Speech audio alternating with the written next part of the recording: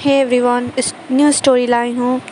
ये requested story है और मैं अगर आपको डेली स्टोरी चाहिए तो मैं थोड़ी छोटी छोटी अपलोड कर पाऊँगी। ठीक है, आप मेरी परेशानी को समझ लीजिएगा। थोड़ा ये कुछ अलग बात है। ठीक है, तो स्टार्ट करते हैं स्टोरी के स्टार्टिंग में हमें दिखाया जाता है एक पर्सन जो बहुत ज़ोरों से भाग रहा था कहीं।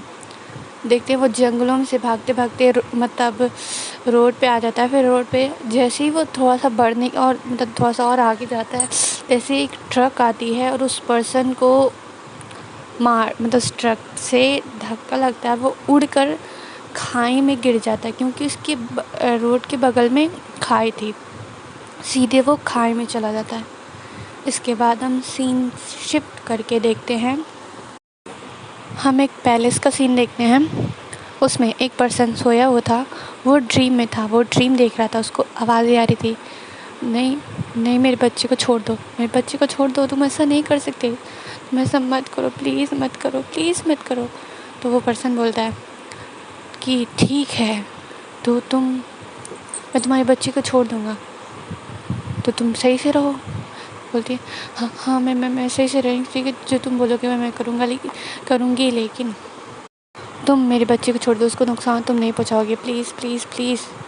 तो वो पर्सन बोलता है ठीक है डार्लिंग, तुम इतना क्यों डर रही हो, मैं तो तुमसे प्यार करता हूँ ना।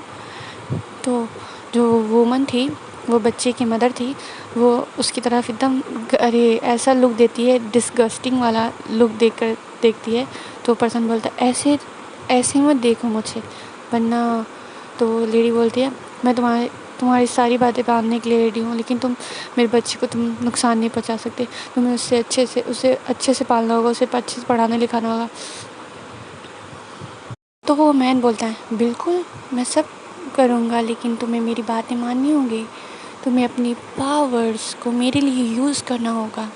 तो वो लेडी बोलती है मैं सब करूँगी, लेकिन मेरे बच्चे को तुम हार्म नहीं कर सकते। वो पर्सन बोलता है ओके चलो चलते हैं। वो गार्ड्स को बुलाता है, अपने सर्वेंट को, और बोलता है कि इस बच्चे को ले जाओ, उसकी अच्छे से ध्यान रखना, उसको किसी चीज़ की कमी नहीं होनी चाहिए। तो वो सर्वेंट बोलती है ओके मास्टर, ओके किंग। तो वो क्या बोलते हैं, वो सर्वेंट लेकर चली जाती हैं। और उसके बाद हम देखते हैं वो पर्सन उस लेडी को लेकर एक ब्लैक पोर्टल की तरह ओपन होता है, उसमें लेकर एंटर हो जाता है। फिर हम देखते हैं उस लेडी को विंग जो सेंस कर सकता है उसके और उसके मदर के माइंड जो होता है ना, माइंड की वो कनेक्शन वाला, वो है। उसकी मदर की हर एक आवाज़ उसको आ सकती है। तो वो उस पोर्टल में लेके उसको चला जाता है, उस लड़के, वो छोटे बच्चे की मदर को। और फिर हम देखते हैं उस पोर्टल में उस लेडी से बोलता है कि मेरे लिए तुम हिनलोआ को एक्टिव करोगी, वो कहाँ है, तुम उसको ढूंढोगी। तो वो लेडी बोलती है कि मुझे नहीं पता कि हिनलोआ कहाँ है। तो वो पर्सन बोलता है कि तुम्हारी मदर ने उसको छुपाया है, तो तुमको कैसे नहीं पता हो सकता, और तुम्हारी मदर तुमसे ज़रूर मिलने आती होंगी, क्योंकि वो इमोर्टल हैं, तो वो मरी तो नहीं होंगी ना। तो वो लेडी बोलती है मुझे नहीं पता, मदर मुझसे कभी भी उसके बाद से मिलने नहीं आई है, उस वॉर के बाद। तो वो पर्सन बोलता है कि मुझे कुछ नहीं पता, तुम ढूंढो उस हिम लोहे के टुकड़े को। तो वो वो औरत बोलती है हाँ, तुम मेरे बच्चे विंग को कुछ भी नहीं कर सकते, तुम उसे अच्छे से पालना। तो वो पर्सन बोलता है ठीक है।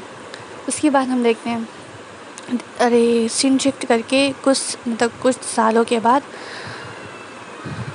उस छोटे बच्चे को जो अच्छे से रखते थे, लेकिन थोड़ा सा टॉर्चर किया जाता है उसको ना। जो उस पर्सन के बेटे थे, जो उस पर्सन के बेटे, उनको थोड़ा सा परेशान करते थे। ये वैन कबीला है। तो वेन जूलियो जो विंग के साथ बहुत ही अच्छा था, विंग के साथ बहुत ही ज़्यादा अच्छे बिहेव करता था, उसके साथ हमेशा रहता था। और वेन चॉ विंग को बहुत ज़्यादा तंग करता था, बुली करता था। और वेन जूलियो हमेशा विंग को प्रोटेक्ट करता था। और वेन रोहान जो विंग की मदर को टॉर्चर करता था, बहुत ही बुरी तरीके से। विंग को अपने मदर की चीखें सुनाई देती थी, लेकिन उसकी मदर ने उसको माइंड लिंक करके बोला था कि उसे कभी भी रिएक्ट नहीं करना, उसे शांत रहना है, बहुत ही शांत रहना है और अपने आप को हाइड करके रखना है, मतलब अपनी ब्यूटी को हाइड करके रखना है। क्योंकि विंग की मदर जानती है विंग एक ओमेगा है और विंग बहुत ही मतलब विंग अपनी मदर पे ही गया है, तो विंग की मदर की तरह ही वो होगा, बड़ा होगा। तो विंग की मदर ने बोला कि तुम अपने आप को हाइड करके रखना। विंग अपने आप को हमेशा हाइड करके रखता है, कवर करके अपने आप को एकदम पूरा कवर करके रखता है। विंग का फेस किसी ने नहीं देखा, यहाँ तक उस सर्वेंट ने भी नहीं देखा है जो विंग का टेक केयर करती है। शुयांग ने मतलब अरे वेंचुलियो ने, वेंचो ने, किसी ने नहीं देखा। वेंचो समझता है विंग बहुत ज़्यादा अगली दिखता है, इसकी वजह से वो अपने आप को हाइड करता है। उसके बाद हम देखते हैं बहुत ही मतलब विंग की मदर की बहुत ही बुरी चीखें सुनाई देती है, बहुत ही लाउड चीखें, जैसे कि उसको कोई टॉर्चर कर रहा है।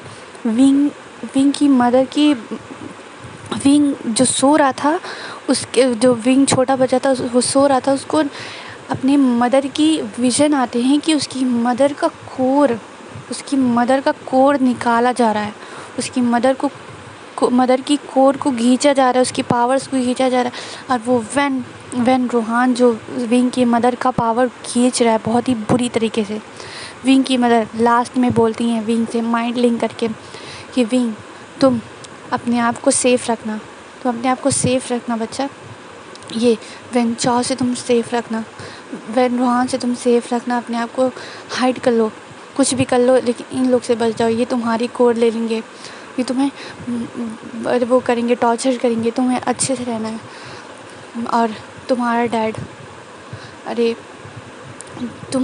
डैड जियांग फैम है, उसको सेफ़ रखना, उसको सेव करना तुम, क्योंकि ये तुम्हारे फादर जियांग फैमिया को भी हार्म करेगा, उनकी भी कोर लेगा, क्योंकि इसको पावरफुल होना है, इसको पूरी दुनिया पे राज करना है। तुम्हें बच्चे, तुम्हें सेव करना है, सब कुछ तुम्हें हैंडल करना है, तो अपने आप को स्ट्रांग बनाओ।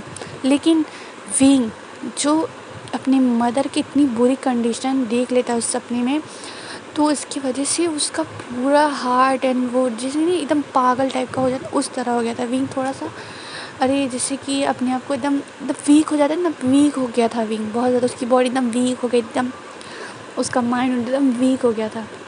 और उसकी मदर की डेथ हो जाती है और फिर उसके बाद धीरे धीरे हम देखते हैं विंग बड़ा होता है। जैसे वो 18 ईयर्स का होता है, वैन रोहान जो उसको मतलब उतना भी बुरी कंडीशन में नहीं पालता है, थोड़ा सा अच्छे कंडीशन में पालता है।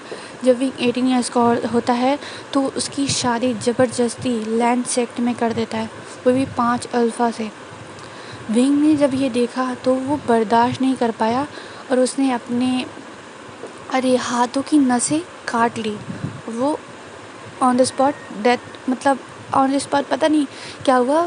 फिर उसके बाद विंग जो मतलब वो पर्सन जो सोया हुआ था यही देखता है कि उसने अपना हाथ काटा, फिर डायरेक्टली वो अपनी आंखें खोलता है झटके से और उठ के बैठ जाता है, जल्दी जल्दी सांसें लेने लगता है, हाँफने लगता है बहुत बुरी तरीके से।